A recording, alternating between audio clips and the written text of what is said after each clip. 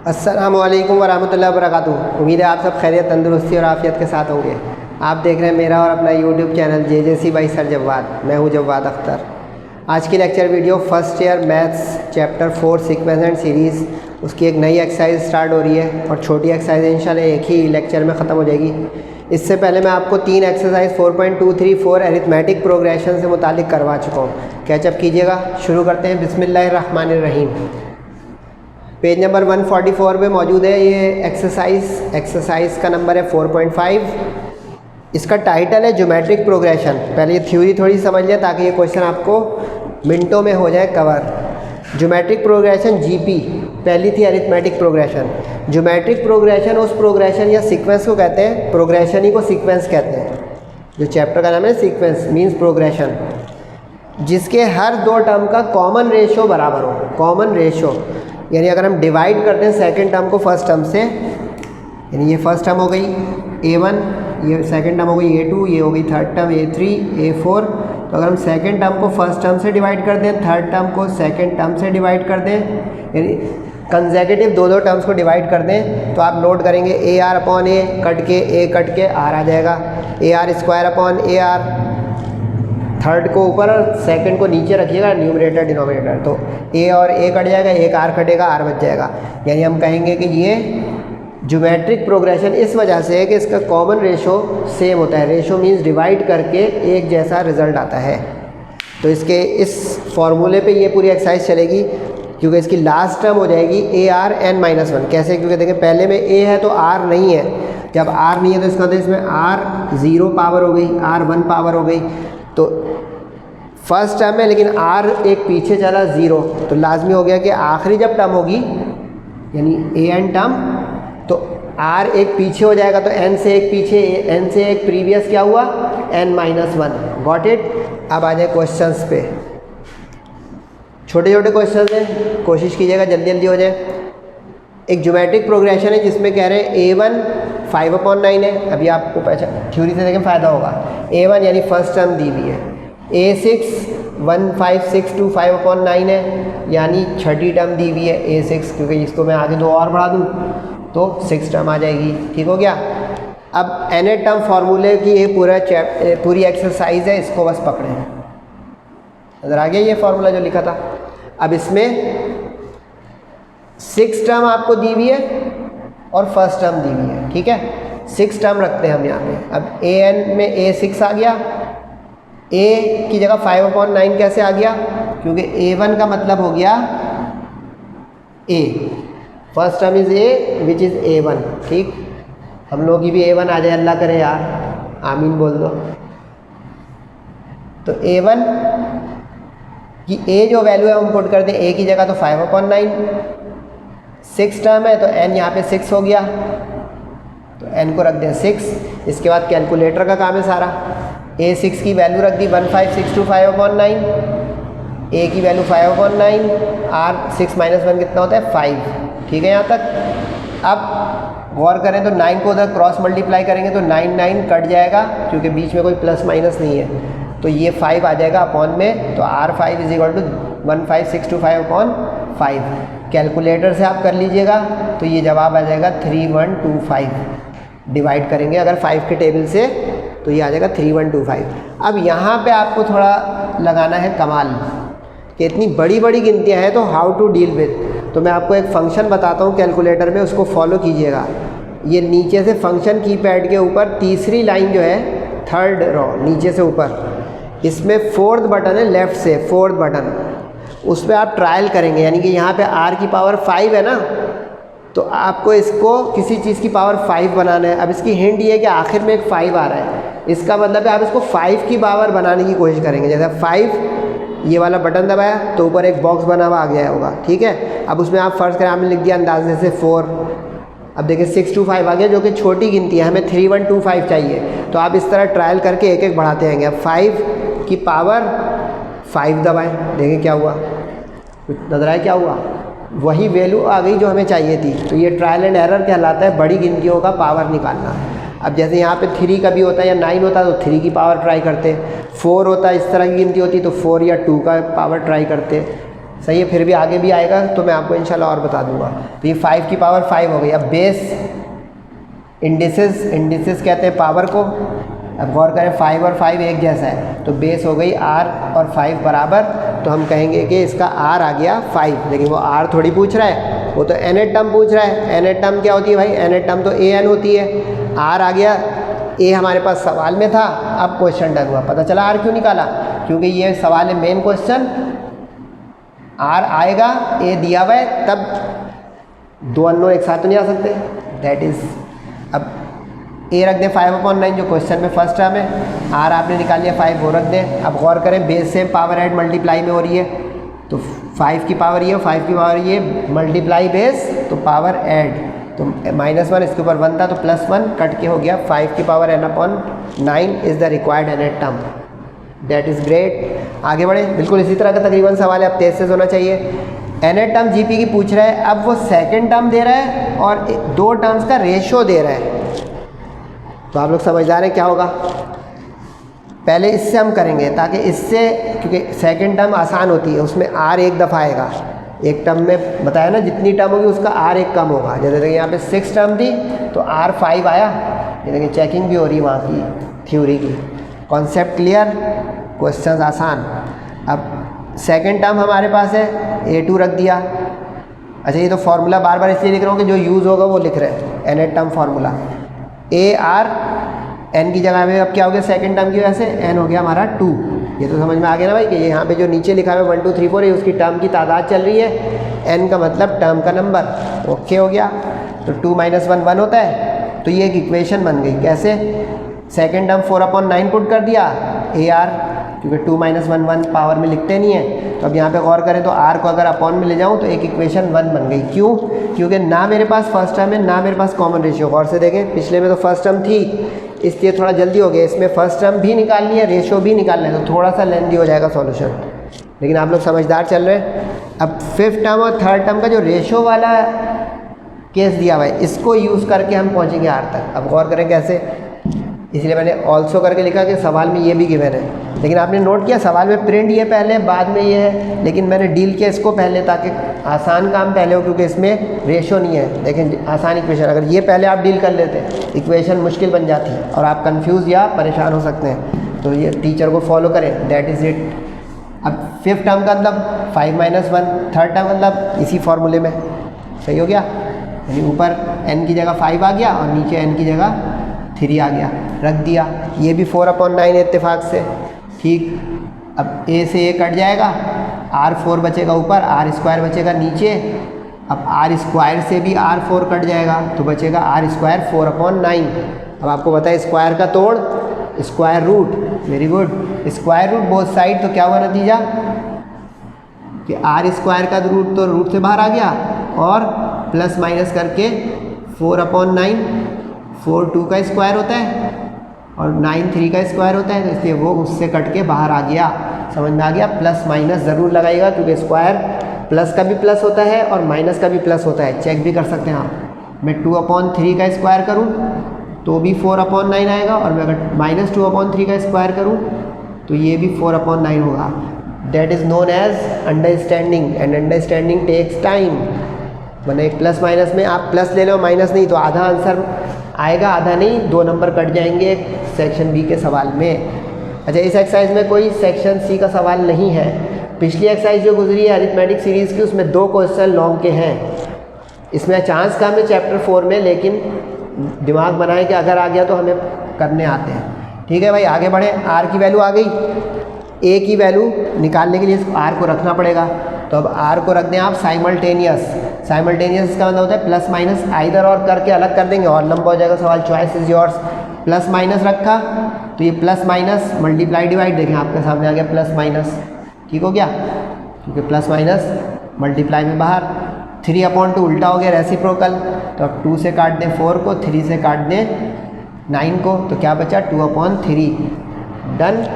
ए आ गया plus minus 2/3 और are भी आ गया प्लस माइनस 2। इसका मतलब है इसकी 2 nth टर्म बनेंगी, क्योंकि दोनों में साइन प्लस माइनस है। अब इसी फॉर्मूले को इस्तेमाल करें जो हमारा एक्सरसाइज का टाइटल है, nth term formula of geometric progression. अब पहले प्लस प्लस वाले को रखें, इसमें से कॉम्बिनेशन प्लस और प्लस का, तो क्या बना, a की जगह 2/3, इसमें भी अब वही वाला केस आ रहा है कि बेस सेम तो पावर ऐड, इस पूरे पे बेस पे क्या है पावर 1, तो पूरी बेस के ऊपर आ गया n-1 + 1। सही है भाई, ठीक हो गया। अब -2/3, अब इसमें भी यूँ करें तो इसकी भी बेस सेम, तो n-1 के साथ +1 करके आ गया ये, तो इसकी nth टर्म बन गई -2/3। तो अब आंसर को एक जगह करके लिख दें कि या तो इसकी nth टर्म ये है या तो ये है, क्योंकि एक ही वक्त में दो nth टर्म एक ही सीक्वेंस की हो नहीं सकती, इसलिए और लगाएंगे, एंड नहीं लगाएंगे, ये बात ध्यान रखिएगा। That is the answer. सही है। चौथा सवाल देख ले भाई, 2 हो गया, 3 हो गया, 4, 5, इसके बाद 6 आखिरी है, रब करके करूँगा, चले बच जाइएगा भाई। अच्छा ये तो 4 लाइन का है, कह रहे हैं प्रूफ का सवाल आ गया। अच्छा ये सब आप आदत बना रहे ना, सॉल्यूशन लिखा करें जब सवाल सॉल्व करने का है, प्रूफ का हो या शो दैट का हो, तो प्रूफ का ये मैं चैप्टर 11 में भी आप लोगों को बता दूँगा, प्रूफ में प्रूफ की हेडिंग डाला करें। अब साबित करना है हमें कि किसी जीपी को जो दी हुई उन्होंने, अगर उसको रेसिप्रोकल करें तो भी एक जीपी बनेगी, यानी जीपी का रेसिप्रोकल भी एक जीपी ही होती है, साबित करें। अब कैसे साबित करें भाई, डेफिनेशन से साबित करेंगे कि ज्योमेट्रिक प्रोग्रेशन होती क्या है, जिसके रेशो सेम हो जाए। Okay, follow me. अब यहाँ पे सेकंड टर्म और फर्स्ट टर्म क्या है, a1r²/a1, जो भी सिखाया था, सेकंड को फर्स्ट से डिवाइड करें, तो सेकंड को फर्स्ट से डिवाइड किया, आपके सामने a1 गया, थर्ड को सेकंड से डिवाइड करें तो a1r² ये कट गया और r² से r4, तो देखें r² आ गया r² के बराबर। अब अगर हम रेसिप्रोकल करके भी यही काम करें और सेम आ जाए तो क्वेश्चन इज डन। नहीं समझे, देखें उसने कहा रेसिप्रोकल्स ऑफ टर्म्स, तो अब ओरिजिनल हमारी जीपी क्या दी हुई थी ये, तो a1 का रेसिप्रोकल 1/, क्योंकि नीचे 1 होता है तो उलट के ऊपर आ जाता है, नज़र अपॉन में लिखते नहीं है। इसका रेसिप्रोकल 1 ऊपर आ गया, इसका रेसिप्रोकल 1 ऊपर आ गया, क्लियर। अब इसका रेशो निकाल लें, यानी कि अब इसकी सेकंड टर्म ये अजीबोगरीब सी, तो ये सेकंड टर्म अब अपॉन लंबा हो जाएगा, तो देखें डिवाइड का निशान लगा दिए, डिवाइड का निशान है, आपको वहाँ दूर से प्लस ना लगे भाई, ये डिवाइड का निशान है, ठीक हो गया। Second term divide by first term और फिर third term divide by second term, ये थ्योरी काम आ रही है ना, वेरी गुड। अब डिवाइड मल्टीप्लाई में उलट जाता है, तो डिवाइड मल्टीप्लाई में a1 हो गया और ये वाला डिवाइड मल्टीप्लाई में a1 r² हो गया, a1 से गया a1, a1 से गया a1 और r² से r²। तो अब इसमें गौर से देखें, अब इसमें क्या हुआ, 1/r और 1/r, ठीक हो गया। r² था, r² बचा, ठीक है, समझ में आ रहा है, यहाँ पे r² है। अब हुआ क्या, इसका रेशो भी सेम आ गया 1/r²। अब आपको बोलना होगा कि रेशो चूँकि सेम आ रहे हैं इसलिए हमारी ये प्रोग्रेशन रेसिप्रोकल करके भी एक ज्योमेट्रिक प्रोग्रेशन रहेगी, और यही मैंने नीचे लिखा हुआ है कि ratio is same, common ratio is same, इसका सेम आ गया r² और इसका सेम आ गया 1/r²। तो रेशो सेम हो तो ज्योमेट्रिक प्रोग्रेशन होती है। ये मत समझिएगा कि 1/, है तो सेम नहीं है, ये इसका सेम है वो उसका सेम है, तो इस वजह से हम कहेंगे रेसिप्रोकल भी एक ज्योमेट्रिक प्रोग्रेशन ही बनती है। ये नहीं समझ जाइएगा सवाल का मतलब कि दोनों का रेशो r आना चाहिए था या r², नो, प्रोग्रेशन भी एक ज्योमेट्रिक बने, देखिए ऑल्सो फॉर्म अ जीपी, ये बस बारीकी है जो मैंने अभी एक गलती की हुई थी, सही की कि 1/r² आ रहा है ना बेटा, देखें आप अपॉन में r² बचा ना, ये चीज़। पांचवा सवाल देख लें। अच्छा ये रिवर्स सवाल है, रिवर्स सवाल जो है ज़रा अहम होते हैं। रिवर्स मतलब हाउ मैनी टर्म्स, n निकालना है, उल्टा चलना पड़ेगा हमें, हाउ मैनी टर्म्स n चाहिए, ठीक है, लेकिन नो टेंशन, प्रोग्रेशन दी हुई है। फर्स्ट टर्म 1/3 a हो गई, रेशो निकालेगा भी जैसे इसमें निकाल रहा है डिवाइड करके, तो 1/12 डिवाइड बाई 1/3 और अच्छा आप लोग सोच रहे होंगे कि सर दो दफ़ा क्यों डिवाइड कर रहे हैं, ये कन्फर्मेशन टेस्टिंग कहलाती है, किसी टीचर से पूछें, क्योंकि अगर मैंने शुरू की 2 टर्म को डिवाइड किया और रेशो आ गया लेकिन आगे का होगा, एक ट्रायल आइडिया मेरे दिमाग से हाँ होगा वो भी, और नहीं है तो ये मिक्स जीपी और एपी भी होती है जो अगली क्लासों में आप देखेंगे। तो ये कंफर्मेशन के लिए 2 दफ़ा आप करेंगे, किसी और को आप फॉलो कर रहे हैं मैं नहीं जानता, मैं अपने टीचर होने के नाते बता रहा हूँ। ये 2 दफ़ा डिवाइड या कॉमन डिफरेंस की एक्सरसाइजेज जो पीछे गई है अरिथमेटिक की, 2-2 मरतबा माइनस, ताकि कंफर्म हो कि ये एपी ही है डिफरेंस के लिए और जीपी ही है रेशो के लिए। क्वेश्चन देखें आपकी तरफ से फ्रेम करके बोलूँगा तो 1-2 मिनट ज़्यादा हो जाएंगे ना। तो second term divide by first term और third term divide by second term. अब रेसिप्रोकल करते हैं, डिवाइड को 3 हो गया, वो 12 हो गया। अब काट छाट करें, 3 4 ज़ा 12 4 ज़ा, तो रेशियो देखें सेम आ गया। इससे कंफर्म हो गया कि देखें दोनों से 1/4 आ रहे हैं। उसके बाद ये कहा है उसने कॉमा करके आखिरी, तो आखिरी टर्म को हम क्या बोलते हैं, nth टर्म, तो इसका मतलब ये an दी हुई है। क्लियर हो गया, ये an दी हुई है लास्ट टर्म, ये जो हो गई ये हो गई आपकी लास्ट टर्म, इसलिए इसका नाम रख दिया an, यानी भाई ये जो होती है an। अब सिर्फ मैथ्स का काम रह गया भाई, सर मैथ्स ही तो पढ़ा रहे हैं, लेकिन नहीं, मैथ्स मतलब यानी कैलकुलेटर और गिनतियों का खेल। अब nth टर्म फॉर्मूले में रखें बिस्मिल्लाह पढ़ के, an की जगह इतनी लंबी चौड़ी गिनती 196608, ठीक। a की जगह रखें 1/3, r की जगह रखें 1/4, पावर में n-1 फार्मूले का। अब n को अलग करना है, ख्याल रहे पावर में n है। अब पहली फुर्सत में तो इस 3 को क्रॉस मल्टीप्लाई करें, इस 3 को 4 से नहीं कर दीजिएगा, उसके ऊपर पावर है तो ये 3 इधर जाएगा, ठीक है। अब ये कैलकुलेटर से आप डिवाइड करेंगे तो 3 इससे कैलकुलेटर काट देगा और आपके लिए आंसर दे देगा 66536। अब जो मैंने आपको बटन सिखाया था ना, उसी तरीके से आपको करना होगा। यहाँ पे देखें 3125 आ गया था 5 से। अब यहाँ पे 4 हमारी हिंट है कि इसको 4 की पावर बनाना पड़ेगा, 4 बेस है ना यहाँ पे 4। अब इसकी टेक्निक ये है कि यही बटन आपने दोबारा चेक किया 4, अब लेकिन बड़ी गिनती है तो शुरू ही बड़ी गिनती से करें, जैसे 4 की पावर 6 ले लिया मैंने। अब देखें 4000 तक पहुंचा 4 की पावर 6 से, लेकिन मुझे तो 66000 चाहिए, तो अब जंप लगाएं, एक छोड़ के करें तो क्या हो गया, 4 की पावर 6 के बाद 7 नहीं लीजिए, अब 8 लें, तो 4 की पावर 8 से ये देखें ये क्या हुआ। ये रट के नहीं बता रहा हूँ, ये इसी तरह ट्रायल एंड एरर मेथड से होता है ये। यानी आपने 4 की पावर 6 से किया, देखा कि छोटा है बहुत जवाब 4000, हमें तो 66000 चाहिए, तो एक छोड़ के लिया तो देखें आ गया। आगे निकल जाता तो एक पीछे करते हैं, समझ में आया। यानी कैलकुलेटर की स्क्रीन पे आगे गिनती निकल जाए इससे, तो एक कम करके पावर चेक करेंगे। यानी आपको ये पावर्स याद नहीं करनी है, ये तो शायद मुझे भी याद नहीं है भाई। अब ये 4 की पावर 8 हो गया, तो ये तो लेकिन 1/, में आगे इसको उल्टा कर दे तो वो भी रेसिप्रोकल हो जाएगा और करके, सही। इसको और भी कह सकते हैं कि सिर्फ रेसिप्रोकेटिंग।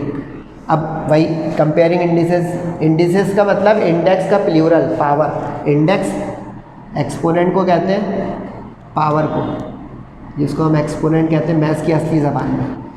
तो अब n-1 8 के बराबर, n आ गया 9, इसका मतलब 9 टर्म ये इस प्रोग्रेशन की ये होगी। जाइएगा नहीं भाई, एक सवाल बाकी है। ये आखिरी 2 क्वेश्चन देख लें भाई 4.5 के, पूरी एक्सरसाइज ही ख़त्म करवा दी मैंने आज माशाल्लाह से एक ही लेक्चर में। क्वेश्चन नंबर 6 में लिखा है find 3 consecutive numbers in GP. अच्छा आपको याद हो तो अभी 4.4 जो गुजरी है उसमें एपी के इसी तरह के सवाल होते थे, फाइंड 4 नंबर्स इन एपी या 5 नंबर्स इन एपी। तो ये अब आ गया जल्दी ही 4.5 में ही फ़ौरन जीपी के मुतालिक। तो अब उसमें मैंने एक आपको टेक्निक बताई थी कि जिस तरह एरिथमेटिक में ए को सेंटर बनाया था तो लेफ़्ट पे a minus D, a plus D, ऐसे हो गया था, याद आया। तो अब ज्योमेट्रिक प्रोग्रेशन जो है उसमें तो रेशो होता है, तो अब इसका हम टेक्निक क्या बनाएं, इसकी टेक्निक आप ये बनाएंगे कि ए को सेंटर लिया तो इधर तो ए आर हमें पता है सेकंड टर्म, तो इसका रिवर्स टर्म हो जाएगी a/r। गेम समझ में आई। ए को सेंटर लें, यूँ समझ में बैलेंस करना है, तो उधर सेकंड टर्म AR तो उसकी रिवर्स की सेकंड टर्म a/r। जैसे इसमें प्लस तो प्लस का काउंटर माइनस, तो इसमें मल्टीप्लाई तो मल्टीप्लाई का काउंटर डिवाइड। इसी तरह अगर कभी 5 टर्म्स पूछ लेगा 5 तो वो हो जाएगा a/r², a/r लेकिन नॉलेज भी दे रहा हूँ। 4 टर्म्स पूछेगा तो एक एक स्किप करके आएगा, जैसे AP में बताया था, यानी a/r³ आएगा, फिर a/r आएगा, फिर AR आएगा, फिर AR³ आएगा। समझिए बात, क्योंकि अगर मैं ए को ले लूँगा तो उधर 3 चले जाएंगे तो लेफ़्ट पे एक बैलेंस आउट। अगर मैं ए ले लूँगा लेफ़्ट पे लाइन से ले लूँगा स्क्वायर वाला भी तो लेफ़्ट पे 3 हो जाएंगे, राइट पे एक बैलेंस आउट। गेम समझ में आई? ये 4 नंबर्स की टेक्निक हो जाएगी अगर MCQs में आ जाए, और ये 5 नंबर्स की टेक्निक हो जाएगी अगर MCQs या कोई एग्जाम्पल वगैरह में आ जाए या प्रीलियम पेपर में आ जाए। जी हाँ, ज़रूरी नहीं बुक से सवाल आए, चेंज भी कभी कभी होंगे, तो ये लगे नहीं सर फालतू की लेक्चर वीडियो बढ़ाते हैं। No, I am serving you and I am guiding you. आगे कह रहे हैं sum is 39 and product is 729। 729 2 मिट गया था। अब अगर आपने ये 3 नंबर समझ लिए कि 3 नंबर्स की सपोजिशन क्या होगी, तो ये क्वेश्चन हो गया डन। कैसे? 3 नंबर सपोज किए, अब उसने कहा सम, तो सम का मतलब होता है बीच में प्लस लगा दें। ए कॉमन आ रहा है, कॉमन लेने 1/r, यहाँ पे कॉमन जा गया है 1 बचा, और यहाँ पे ए कॉमन जा चुका है तो r बचा। अब एलसीएम लेना तो आपको आता है क्योंकि इसके नीचे भी 1 है, इसके नीचे भी 1 है, तो एलसीएम आ गया 1 × r, तो r × 1 r × r, r square, r को क्रॉस मल्टीप्लाई करें 39r। क्वेश्चन फंस गया क्योंकि ना मेरे पास r है ना मेरे पास a है, क्योंकि ये तीनों नंबर उसी वक्त आएंगे जब a और r आ जाए, क्योंकि आएंगे पुट कर दूंगा जल्दी से, जैसे ये कर दिया है। लेकिन लाएंगे कैसे? अब देखें जल्दी से। सेकंड कंडीशन भी तो दी हुई है, प्रोडक्ट इज 729। अब प्रोडक्ट कर दें एंड करके, दूसरी condition product this into this into this, product means multiply. अब r से r कट गया, सिरा मिल गया, a का क्यूब आ गया। अभी जो फंक्शन कैलकुलेटर में बताया था ऊपर वाला चौथा बटन, वही चलाइएगा कि ये आखिर में 9 आ रहा है तो किसी पावर में देखें, 3 की पावर में देखें या 9 की पावर में देखें, क्योंकि 9 के टेबल में भी आखिर में 9 आ सकता है और 3 में भी। तो 9 से ट्राई कर लिया मैंने, 9 का क्यूब 729, तो अब बेस सेम हो गई, a = 9 इंडिसेस को कंपेयर करके एक सिरा मिल गया, a की वैल्यू आ गई। अब r की तलाश, इसीलिए इसको इक्वेशन नंबर 1 दिया था। अब इसमें हम पुट कर दें जल्दी से तो r आ जाएगा। a की जगह 9 पुट कर दिया, बाकी अपनी जगह लिखा हुआ है, सही है, पुट इन इक्वेशन 1। अब ब्रैकेट खोलें जल्दी जल्दी, 9 1 9 1 9 1 वो रहा 39r अपनी जगह। अब सबको एक तरफ करें ताकि क्वाड्रेटिक इक्वेशन बने। 9r² पहले लिखा, फिर 9r लिखा ताकि स्टैंडर्ड फॉर्म बने, स्क्वायर फिर बगैर स्क्वायर फिर कांस्टेंट गिनती। तो 9² पहले, फिर 9r, 39r इधर आके माइनस हुआ, 9 प्लस का आखिर में लिखा। 9 - 39 क्या होता है? माइनस का 30, क्योंकि माइनस बड़ा था। अब यहाँ पे आपको ज़रा ध्यान करने की, कैसे किया सर ने, 9 9 था 81, ठीक है। अब 81 का आप फैक्टर्स बना लें खुद ही, तो 3 से बनाएंगे तो बहुत देर लगेगी, लेकिन बना देता हूँ आपके लिए। ये देखें हो गया, 3 3 9 3 27 और एक 3 बचा। तो इस तरह फैक्टर्स भी बनते हैं और कैलकुलेटर से भी बनते हैं, जो पिछले सवाल में बताया था। अब 27 3 81 भी आ जाएगा, करके देख लीजिएगा। 27 3 81 प्लस का, और 27 में से 3 को माइनस करेंगे तो माइनस का 30 भी आ जाएगा। ये मल्टीप्लाई से एक्सट्रीम आने चाहिए, ऐड सब्ट्रैक्ट से मिडिल। रिवाइज कर लें, अगर 9 10 में आपने फैक्टराइजेशन को बहुत ज़रूरत पड़ेगी फर्स्ट ईयर सेकंड ईयर में, इससे शार्पनेस आती है, वरना क्वाड्रेटिक फार्मूला टाइम ज़ाया करवाता है। 2 में से कॉमन ले 9 कॉमन, r कॉमन, 2 में से कॉमन ले -3 कॉमन, तो अंदर साइन चेंज हो गया। सेम फैक्टर बनते हैं, इससे पता चलता है हमने सही मिडिल टर्म ब्रेक की है। r - 3 एक फैक्टर, 9r - 3, जल्दी जल्दी करें। r - 3 में से एक r 3 आ गया उधर जाके प्लस, 9r - 3 में पहले 3 उधर गया, फिर 9 क्रॉस मल्टीप्लाई में डिवाइड में गया, 3 1 3 3 अब r अगर 2 आ गए तो इसका मतलब नंबर्स भी 2 आएंगे। जैसे पीछे d 2 आ गए थे, याद करें, रिवाइज़ करें यार बेटा, देखें अच्छी मैथ्स करनी है और रिजल्ट अच्छा लाना है तो रिवाइज़ करें। सिर्फ लेक्चर वीडियो खोला बंद कर दिया इससे थोड़ी होगा। अंडरस्टैंडिंग करें, समझें, देखें, लेक्चर लिखें अपने कॉपी रजिस्टर पे। चले भाई आपकी मर्ज़ी, मैं तो अपना काम करूं। अब a और r, पहला a 9 है, अब इसके बाद कॉम्बिनेशन r 3 रखा। फर्स्ट नंबर क्या सपोज किया था? a/r, ठीक है, 3 1 3 3 दूसरा नंबर क्या था? a, तो a जो है वही हो गया ar। तीसरा नंबर है तो 3 9 27, लेकिन अब दूसरा r भी आया है भाई 1/3, वो भी पुट करना पड़ेगा। अब a/r पहला नंबर, अब उसमें r अपॉन में तो मल्टीप्लाई किया तो क्या हो गया, उल्टा करके 9 × 3 27। दूसरा नंबर 9 ही रहेगा, अगले में आसानी है, r मल्टीप्लाई में तो 3 3 अभी मैंने बताया था AP में थोड़ी देर पहले, तो ये वही टेक्निक है। और लिखिएगा, एंड मत लिख दीजिएगा। चेकिंग सिखाऊं? जल्दी से देखें भाई, चेकिंग, अच्छे स्टूडेंट्स चेकिंग करें। 3 नंबर्स का सम 39 बोल रहा है, चेक करें। 27 + 9 + 3, आया 39 प्लस करने से, मल्टीप्लाई करें 729 आ जाएगा, चेक कर ले 27 और ये 9 3 ज़ा 27, 27 27 ज़ा 729 ही होता है। बताऊँ कैसे? ऐसे, ये देखें मैथ्स आपकी शार्प करना चाह रहा हूँ मैं। 9 का मतलब क्या होता है? 3 3 ज़ा, तो क्या हुआ 3 3 ज़ा 27, वाह ये चीज़ 3 3 ज़ा 9 और 9 की पावर 3 27 आ जाएगा उस तरह 3 दफ़ा मल्टीप्लाई करने से। ठीक हो गया? तो ये चेकिंग भी हो गई अगर आप चाहें तो इम्तिहानी कमरे में ही कि मेरा आंसर सही है। अच्छा भाई, ये एक ब्लड कल्चर का कोई सैंपल है उसका सवाल है, छोटा सवाल है, देख ले जल्दी। अच्छा ये मैंने कर दिए, बोनस क्वेश्चन है। अच्छा इसके बाद वाला फालतू एक सवाल है प्रॉफिट लॉस वाला, और बिल्कुल 1 जो है वो MCQs है। अगर आप चाहें तो इसी फॉर्मूले से 2-3 पार्ट को ट्राई कर सकते हैं, वरना मैंने बोला हुआ कि MCQs अलग से इंशाल्लाह होंगे, इसलिए आप नोट कर दो। मैंने 4.1 नहीं कराई, 11 चैप्टर जब करा तो उसमें किसी एक्सरसाइज के छोटे छोटे सवाल, क्योंकि वो MCQs हैं। मैं इसी के साथ बस गाइड बुक बनवाऊँ, मुझे नहीं मज़ा आएगा। समझने वाले अंडरस्टैंडिंग क्वेश्चन करें, MCQs की ट्राई आप भी करें हम भी करें, उसका लेक्चर हो तब अच्छा लगता है, क्योंकि MCQs रटना नहीं होती हैं। आगे बढ़े भाई, आखिरी सवाल है, कह रहे हैं ब्लड कल्चर जो है उसमें एक GP का फॉर्मूला लग रहा है। इब्तिदा में जब सैंपल लिया तो 5,15,000 इतने उसमें जरासीम थे, 5,15,000। 7 दिन में वो बढ़कर इतने हो गए 1 करोड़, पता नहीं कितने, मुझे गिनती भी नहीं आती, 1545000। बताएंगे कितने रेट पर वो जरसूमे या जर्म्स या बैक्टीरियाज बढ़ रहे हैं। तो अब रेट का मतलब हो गया रेशो, क्योंकि रेशो के लिहाज से GP बनती है कि आज देखें पहले दिन 3 था तो फिर 9 हो जाए, फिर 27 था, इसका मतलब 3 के रेट से बढ़ रहे हैं, यानी हर दिन ट्रिपल होता जा रहा है।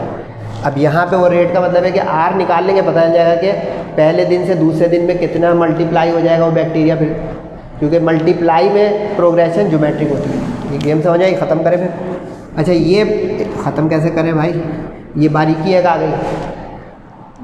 7वां दिन तो वो स्टार्टिंग का तो 8वां दिन हो जाएगा ना भाई, यानी अगर मैं संडे को पढ़ा रहा हूँ आपको तो अगला संडे तो 8वां होगा ना, लेकिन हम गिनेंगे पीर से उसको। समझ में आया पॉइंट? ये कहना है इसमें, क्योंकि एक n कम ले लेंगे, R गलत हो जाएगा। 7 डेज़, इन 7 डेज़, यानी संडे को मैंने ये कल्चर टेस्ट किया है, 7 दिन में कितना हो जाएगा? तो पीर, मंगल, बुध, जुमेरात, जुम्मा, हफ्ता, इतवार, लेकिन संडे दोबारा आया, लेकिन हाथ में 8वां होगा क्योंकि आज लिया है ना सैंपल।